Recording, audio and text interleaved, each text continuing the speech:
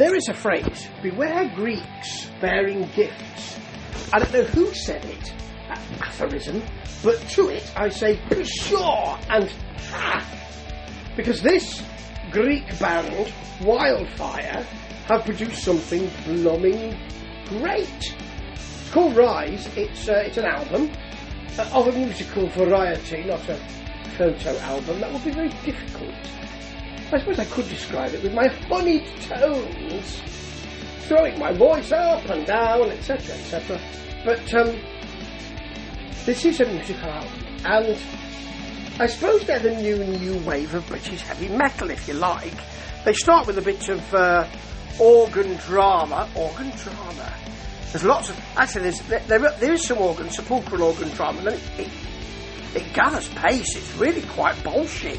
But Rise, the track itself, simple, sharp, double riffing, gang shouts, synth jabs. That's a big offer. Come on. That's lovely.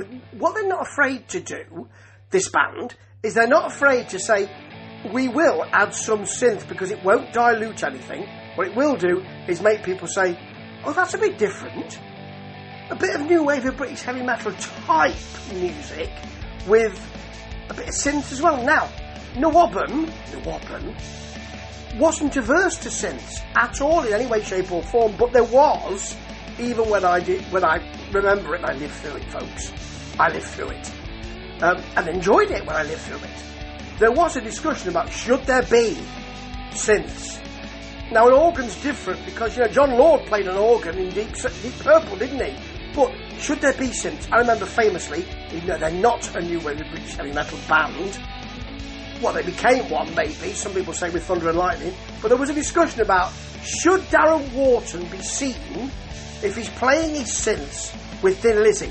So, to have those synths here, with a bit of synth and some synths in night, a sort of nasty jabbing, with the guitar flying around. There's almost a melodic rock chorus in the middle of this.